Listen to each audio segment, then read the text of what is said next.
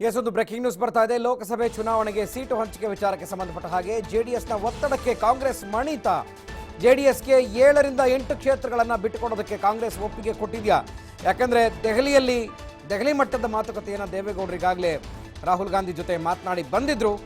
ಈಗ ಜೆಡಿಎಸ್ ಒತ್ತಡಕ್ಕೆ ಕಾಂಗ್ರೆಸ್ ಮಣಿತ ಅನ್ನುವಂತಹ ಪ್ರಶ್ನೆ ಮೂಡ್ತಾ ಇದೆ. ಯಾಕಂದ್ರೆ ಜೆಡಿಎಸ್ ಸುಮಾರು 10 ಕ್ಷೇತ್ರಗಳನ್ನು ಕೊಡಲೇಬೇಕು ಅಂತ ಬೇಡಿಕೆಯನ್ನು ಇಟ್ಟಿತ್ತು. ಆದರೆ 6 ಕ್ಷೇತ್ರಗಳನ್ನು ಅಷ್ಟೇ ಬಿಟ್ಟುಕೊಡೋದಕ್ಕೆ ಸಾಧ್ಯ ಅಂತ, 6ರಿಂದ 7 ಕ್ಷೇತ್ರಗಳನ್ನು ಬಿಟ್ಟುಕೊಡೋದಕ್ಕೆ ಸಾಧ್ಯ ಅಂತ ಕಾಂಗ್ರೆಸ್ ತನ್ನ ನಿಲುವನ್ನು ವ್ಯಕ್ತಪಡಿಸಿತ್ತು. ಇನ್ನು ಜಟಾಪಟಿ ಮುಂದುವರೆದಿರೋ ಹಾಗೆಯೇ ಈಗ ಕಾಂಗ್ರೆಸ್ 7ರಿಂದ 8 ಕ್ಷೇತ್ರಗಳನ್ನು ಬಿಟ್ಟುಕೊಡೋದಕ್ಕೆ ನಿರ್ಧಾರ ಮಾಡಿದೆಯಾ?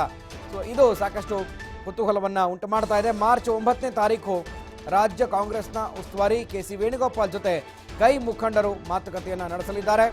ಸೊ ಆ ಬಗ್ಗೆ ಅಲ್ಲಿ ಏನು ಚರ್ಚೆ ಆಗುತ್ತೆ? 7ರಿಂದ 8 ಕ್ಷೇತ್ರಗಳನ್ನು ಅಳೆದು ತೂಗಿ ತುಂಬ ಜಿಜ್ಞಾಸೆಯಿಂದ ಅವರಿಗೆ ಬಿಟ್ಟುಕೊಡ್ಬೇಕಾಗುತ್ತೆ. ಸೊ ಅದರಲ್ಲೂ ನಾವು ಗೆಲ್ಲುವಂತಹ ಕ್ಷೇತ್ರ, ಹಾಲಿ ಸಂಸದರು ಇರುವಂಥ ಕ್ಷೇತ್ರವನ್ನು ಹೊರತುಪಡಿಸಿ ಯಾವ ಕ್ಷೇತ್ರವನ್ನು ಆಯ್ಕೆ ಮಾಡ್ಕೊಳ್ತಾರೆ, ಯಾವ ಕ್ಷೇತ್ರವನ್ನು ಆಯ್ಕೆ ಮಾಡ್ಕೊಳ್ಬೇಕು ಅನ್ನೋದು ಕೂಡ ಸಾಕಷ್ಟು ಕುತೂಹಲವನ್ನು ಉಂಟು ಮಾಡ್ತಾ ಇದೆ.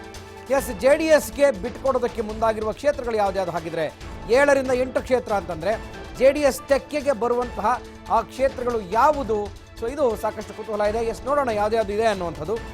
ಅವರಿಗಾಗಲೇ ಘೋಷಣೆ ಮಾಡ್ಕೊಂಡಿರೋ ಹಾಗೆ ಮಂಡ್ಯ ಕ್ಷೇತ್ರ ನಿಖಿಲ್ ಕುಮಾರಸ್ವಾಮಿಗೆ ಜೆಡಿಎಸ್ ಪಾಲಾಗಿದೆ ಅನ್ನುವಂಥದ್ದು, ಮೈತ್ರಿ ಧರ್ಮ ಪಾಲಿಸಬೇಕು ಅಂತ, ಅದು ಮೊದಲನೇದು.